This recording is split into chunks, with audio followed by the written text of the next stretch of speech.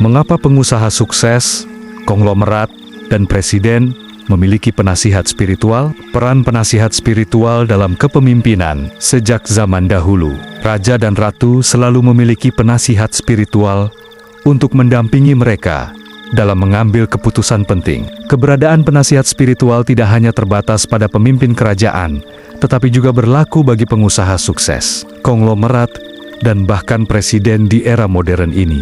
Mereka sering memiliki guru spiritual, pendeta, kiai, atau pembimbing yang mereka percayai untuk memberikan wawasan lebih dalam. Menariknya, penasihat spiritual ini seringkali tidak sekaya atau seberpengaruh pemimpin yang mereka bimbing. Namun, para pengusaha dan pemimpin tetap meminta arahan kepada mereka. Alih-alih hanya berkonsultasi dengan sesama pengusaha atau pemimpin yang lebih sukses. Sejarah dan pola yang berulang.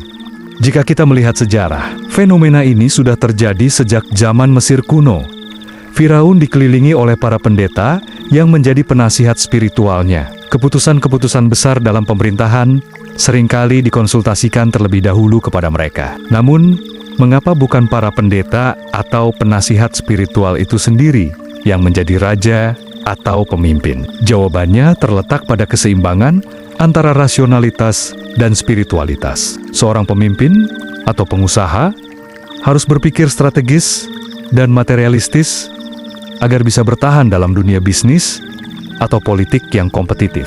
Mereka harus siap bertindak dan menghadapi berbagai tantangan. Sifat ini sering diasosiasikan dengan energi maskulin atau yang, namun, agar tidak terjadi ketidakseimbangan, mereka membutuhkan penasihat spiritual yang memiliki intuisi tajam dan wawasan dari dimensi spiritual. Penasihat spiritual ini biasanya lebih terhubung dengan energi feminin atau yin, yang berfokus pada ketenangan, kebijaksanaan, dan keseimbangan batin. Mengapa intuisi dari penasihat spiritual penting? Penasihat spiritual seringkali menghabiskan waktu mereka untuk berdoa, bermeditasi, dan melakukan ritual spiritual. Rutinitas ini memperkuat intuisi dan kemampuan psikis mereka, sehingga mereka bisa memberikan wawasan yang lebih mendalam dan objektif dalam pengambilan keputusan. Intuisi seringkali datang dari dimensi spiritual dan memberikan gambaran yang lebih luas dibandingkan hanya mengandalkan analisis logis semata. Oleh karena itu, banyak pengusaha sukses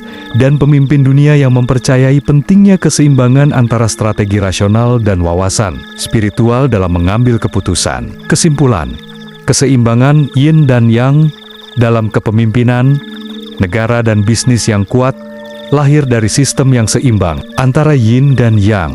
Begitu pula dengan individu yang mengalami kebangkitan spiritual, mereka akan belajar menyeimbangkan energi maskulin dan feminin dalam diri mereka untuk mencapai kesejahteraan hidup. Jika Anda tertarik untuk memahami lebih dalam tentang kebangkitan spiritual dan penyembuhan diri, Anda dapat mempelajarinya lebih lanjut dalam rangkuman bertema kebangkitan spiritual dan penyembuhan.